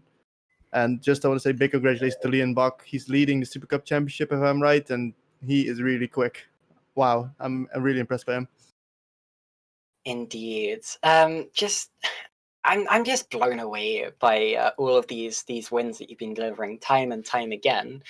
How do you keep your motivation up? How do you keep taking it this seriously when you're so far in front? And does your attitude change going from race to race at all? Well, I keep my motivation by having a great teammate. Colin's just practicing so much with me, and he really keeps my motivation up. Without him, I wouldn't have done this well. So big thanks to him. He's a really great teammate. Like I had previous years where I lacked motivation because of a teammate which wasn't practicing as much as I would have liked. So Colin really is the perfect teammate in that regard. So it's also a massive part because of him. Now, Wopke Hoekstra knows you better than I do. Wopke, do you have any questions for Liam? Well, as you said, I know him better than you do, and I know everything already. Fair enough. But if you could send me the setup, no. Oh, well, they don't need it, mate. 4 and 5. Great job by them as well. Yeah, and good pace in quality because we had an equal time. Yeah, were you scared? That's actually a good question. Were you scared after qualifying that this race was going to be hard? Because, as you said, Thomas Wok at the same lap time as you, and Fantinetti only like 20 thousandths behind. It was really close. I was kind of afraid, especially after practice, when I saw Liam Bach doing such a good time, and Bach as well. I'm not sure what wings Bach was on, but I knew that Bach was on really low wings, which is good in the race. I wasn't scared of Fantinati and Francesconi because they were on really high wings, which is good in quali. But I was a bit afraid of Bach and Wach, but ended up well. Okay. Yeah, well, thank you, I guess. Yeah, you're welcome, guys. Thanks for the podcast again. Thank you very much, Liam. So that was Liam de Vries, our race winner. Although we also had another driver of the day, who finished 3rd place on his very first Superleague Lights outing, Leon Buck. Hello. Hey there, Leon. You're kind of quiet, but I think it should be okay. So, Leon, you came in today knowing that your team had not scored a Super League Lights podium or even significant point so far this season. It's got a couple of points, but nothing like what you've just done with it. And you've immediately gone and done that. How does it feel, and were you expecting it? The idea came today that I was gonna race for Scuderia Clay because I heard that they need a driver, and I tested the Super League Lights out today, and was kind of surprised that my pace was pretty good actually, and yeah, managed a good quali lap, and then tried to go on with the race as best as I can, and well, yeah, could do some overtakes in the second stint and managed to get on a podium. Is it easy to transfer your skills over from Super Cup, where you've won races, to Super League Lights, where you've just finished on the podium? Well, you have to be careful with the throttle in the Super League Lights car because it has like twice the power of the Super Cup car. So that was the main difference that I had to adjust to today. So, but the rest is like pretty identical. If you have a good setup, then it's always kind of possible to race these cars. Fantastic. Well, Kate, do you have anything to add to that? No, I just wanted to say that it's a great drive. I mean, even if you have the setup, you still need to do it. I think they all have a setup, so you got 3rd, and that's a great result, especially in your first race. So good job. Thank you. So that was Leon Buck there, 3rd place in the race today, and that's all we've got time for. So thank you all very much for watching. this Super League Lights broadcast, make sure that you join us again tomorrow, where we will have the main Super League series, where the big guys go at it. Thank you as well to Wopke Hoekstra for joining me alongside, for sitting alongside me in the commentary box, with social distancing, obviously, and also to Gerrit de Vries for bringing us a broadcast today. I'm so glad that those technical issues from last race were fixed, and that we were actually able to bring you a stream. Wopke, would you like to say anything before the broadcast ends? No, I was glad that I'm back.